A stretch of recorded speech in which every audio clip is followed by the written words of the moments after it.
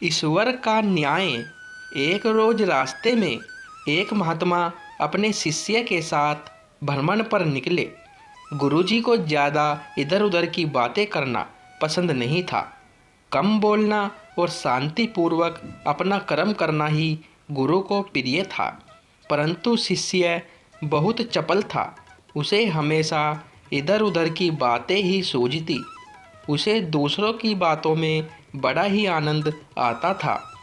चलते हुए जब वो तालाब से होकर गुजर रहे थे तो उन्होंने देखा कि एक धीवर नदी में जाल डाले हुए है।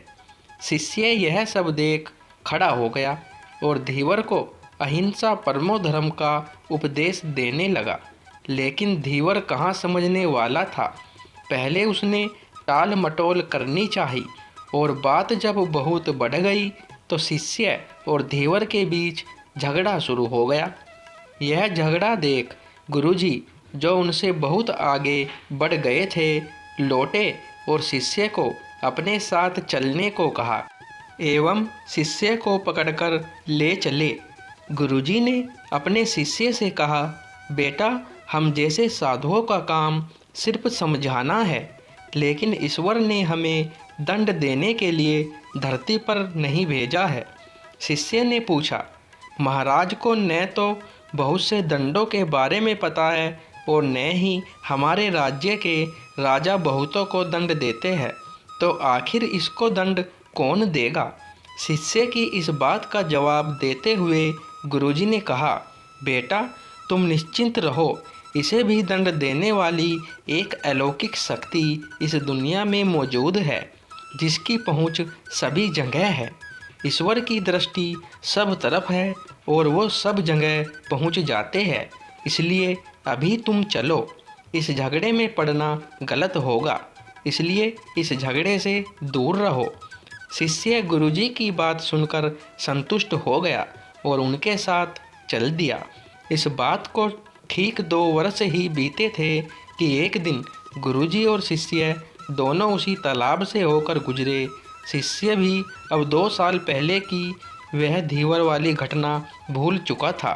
उन्होंने उसी तालाब के पास देखा कि एक चुटियल सांप बहुत कष्ट में था। उसे हजारों चींटियां नोच नोच कर खा रही थी। शिष्य ने यह दृश्य देखा और उससे रहा नहीं गया। दया से उसका हृदय पिघल गया था। वह सर्प को चींटियों से बचाने के लिए जाने ही वाला था कि गुरुजी ने उसके हाथ पकड़ लिए और उसे जाने से मना करते हुए कहा, बेटा, इसे अपने कर्मों का फल भोगने दो। यदि अभी तुमने इसे रोकना चाहा तो इस बेचारे को फिर से दूसरे जन्म में यह दुख भोगने होंगे, क्योंकि कर्म का फल अवश्य ही भोगना पड़ता है। शिष्य ने गुरुजी से पूछा, गुरुजी, इसने कौन सा कर्म किया है जो इस दुर्दिशा में यह फंसा है। गुरुजी महाराज बोले, यह वही धीवर है जिसे तुम पिछले वर्ष इसी स्थान पर मछली न मारने का उपदेश दे रहे थे और वह तुम्हारे साथ लड़ने के लिए आग बबूला हुआ जा रहा था। वे मछलियों ही चींटी है जो उसे नोच नोच कर खा रही है। यह सुनते ही बड़े आश्चर्य से शिष्य ने कहा, गुरुजी, यह तो बड़ा ही विचित्र न्याय है। गुरुजी ने कहा, बेटा, इसी लोक में स्वर्ग नरक के सारे दृश्य मौजूद है। हर क्षण तुम्हें ईश्वर के न्याय के नमूने देखने को मिल सकते हैं। चाहे तुम्हारे कर्म शुभ हो या अशुभ, उसका फल तुम्हें भोगना ही पड़ता है। इसलिए ही वेद में भगवान ने उपदेश देते हुए कहा है, अपने किए कर्म को हमेशा याद रखो। यह विचारते रहो कि तुमने क्या किया है, क्योंकि ये सच है कि तुमने वहाँ भोगना पड़ेगा। जीवन का हर क्षण कीमती है, इसलिए इसे बुरे कर्म के साथ व्यर्थ जाने मत दो। अपने खाते में हमेशा अच्छे कर्मों की बढ़ोतरी करो, क्योंकि तुम्हारे अच्छे कर्मों का परिणाम बहुत सुखद रूप से मिलेगा। इसका उल्टा भी उतना ही सही है। तुम्हारे बुरे कर्मों का फल भी एक दिन बुरे तरीके से भुगतना पड़ेगा। इसलिए कर्मों पर ध्यान दो, क्योंकि वो ईश्वर हमेशा न्याय ही करता है।